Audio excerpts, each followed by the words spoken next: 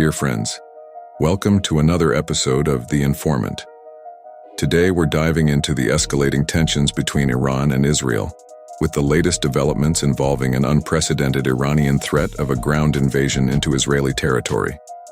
We'll also discuss a recent statement by President Biden advising Israel against targeting Iran's oil and nuclear facilities and urging them to consider alternatives. But before we get started, make sure you're subscribed to the channel with notifications on. Trust me, you won't want to miss what's coming next. In the past few days, the Middle East has become a hotspot for heightened threats. Israel is warning of potential strikes against Iran following an Iranian missile attack on October 1st. In retaliation, Iran has issued its own chilling threats, with the supreme leader, Ayatollah Khamenei, declaring on Friday, October 4th that if Israel strikes, Tehran will flatten Tel Aviv and Haifa. Iranian military officials have also promised to deploy troops to Lebanon and Syria, staging from these areas for an invasion of Israel.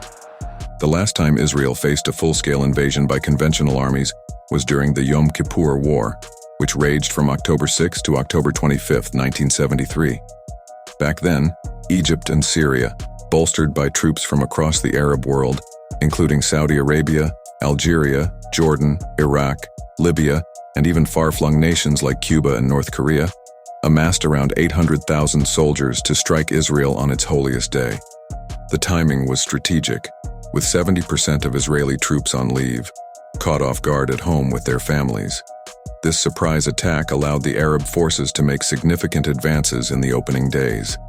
Egypt, pushing from the south through the Sinai Peninsula, covered nearly 20 kilometers in just 24 hours, while Syria encircled and obliterated 2 Israeli battalions in the Golan Heights.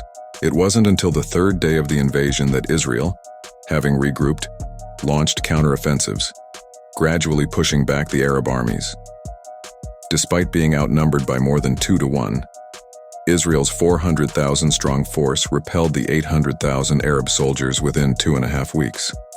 They even managed to penetrate deep into Egyptian territory, stopping just 100 kilometers from Cairo, while capturing an additional 500 square kilometers in the Golan Heights, only 32 kilometers from Damascus. This was the third and last attempt by Arab nations to invade Israel. The first occurred in 1948, the day after the Jewish state's founding, and the second in June 1967, when Israel preemptively struck after learning of an impending Arab invasion, defeating an Arab force of 500,000 with just 250,000 Israeli soldiers.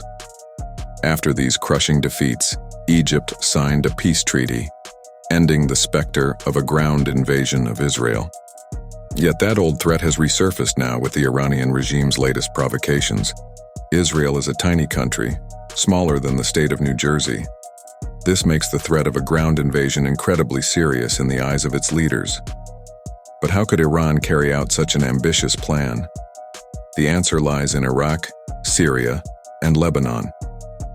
Syria, under the brutal regime of Bashar al-Assad, and Hezbollah, which controls the southern border of Lebanon, are staunch allies of Tehran. Iran uses Iraq and Syria as corridors to funnel weapons and supplies to Hezbollah, enabling attacks on Israel from the north. If Iran's invasion threat becomes a reality, its forces would likely strike from 2 main fronts. One from Syria, targeting the Golan Heights, mirroring the Yom Kippur strategy, and the other from Lebanon, bolstering Hezbollah's already formidable force of over 100,000 fighters. Iran's current military leadership, veterans of the brutal Iran-Iraq War of the 1980s, are no strangers to large-scale ground warfare. That conflict, which began in September 1980 when Saddam Hussein invaded Iran, resulted in nearly 500,000 military casualties over 8 grueling years. This gives Iran's commanders a unique expertise in mass infantry movements, making their threat of invasion even more alarming. Of course, any significant Iranian preparations for an invasion wouldn't go unnoticed, especially with tens or even hundreds of thousands of troops involved. But an attack of this scale, combined with the barrage of rockets and missiles Iran is capable of launching, as demonstrated on October 1st, could severely compromise Israel's northern defenses, particularly in the Golan Heights. This is a scenario Israel cannot afford to ignore. On October 4th, President Biden made a statement at the White House, urging Israel not to strike Iran's oil facilities, warning that such an action could spike global oil prices. Biden also reiterated his earlier advice against targeting Iran's nuclear sites. As we've discussed in previous episodes, Iran's oil infrastructure is highly vulnerable to concentrated airstrikes, with over 95% of its oil exports passing through the Karg Island terminal in the Persian Gulf. Should Israel destroy this terminal, which accounts for half of Iran's economy, Tehran would face a crippling loss of revenue. Such a blow would indirectly impact all of Iran's military programs, from drones and missiles to its costly and complex nuclear project.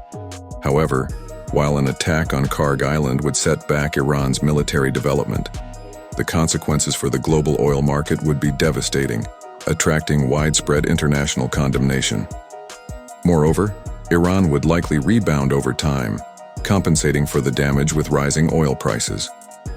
For these reasons, some analysts argue that if Israel decides to strike, it should target both Iran's nuclear and oil facilities to maximize the impact. The only way Israel could significantly delay Iran's nuclear and missile programs would be by striking both its research centers and its oil revenues, particularly the Karg Island terminal. But to do so, Israel would face two enormous challenges. The first is Iran's formidable air defenses. Hundreds of anti-aircraft systems, supported by a network of radars, protect Iran's nuclear sites and oil terminals. Does this mean these targets are untouchable? Not for Israel, which possesses cutting-edge offensive capabilities like the F-35. However, penetrating these layered defenses is no easy task. Unlike Israel's precision strikes in Lebanon and Yemen, hitting Iran's key installations would require breaching several layers of high-alert air defenses. If Israel commits to this operation, it would likely succeed, but the material and human costs could be steep, with some pilots potentially shot down or captured. The second challenge is Iran's inevitable declaration of war. Iran has an extensive arsenal of ballistic missiles and long-range drones. In a previous attack between April 13th and 14th, Iran launched 170 drones, 30 cruise missiles, and 120 ballistic missiles. On October 1st, nearly 200 ballistic missiles were fired. In retaliation for a major Israeli strike, Iran would likely unleash its full arsenal, including thousands of Shahed 136 drones, ballistic missiles, and cruise missiles, capable of overwhelming any defense system, even Israel's. For Israel to truly neutralize Iran's ability to retaliate, it would need to target not just the oil and nuclear facilities, but also the Iranian regime's leadership. Such an operation could plunge the Middle East into full-scale war, sending oil prices skyrocketing and prompting the U.S. to deploy even more military assets to the region. This is precisely why President Biden is urging restraint, advocating for limited strikes on Iranian missile launchers and military bases instead. However, Israel views the situation through a different lens. Surrounded by Iranian-backed militias and paramilitary groups, Israel already faces serious threats to its existence.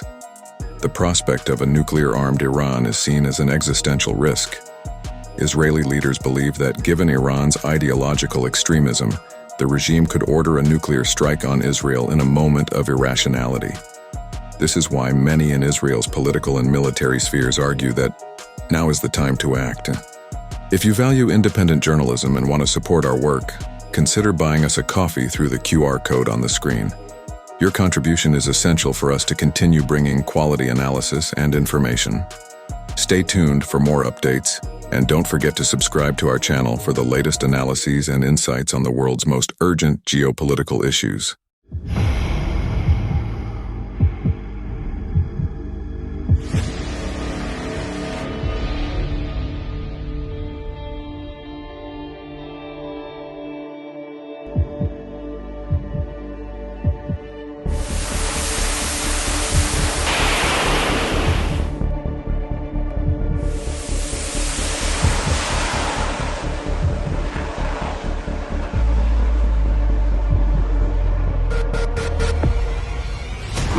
مرکز اینجا رادار قدس.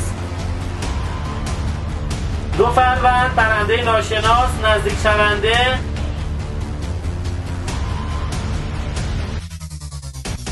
سامانه بشی هستم.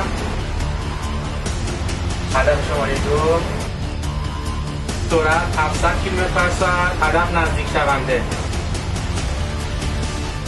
استلام از آروسی بگیر.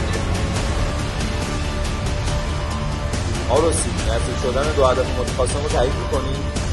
بله. کلیه برادرای راداری، هدف نزدیک شونده.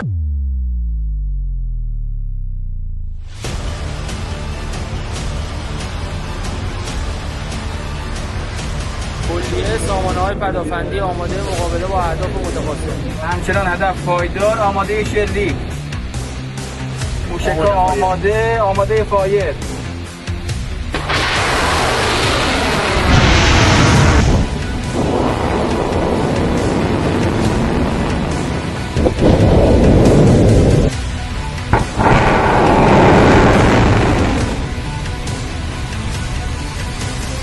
هدف مورد نظر منهدم شد. بله مدیری برای هدف بعدی.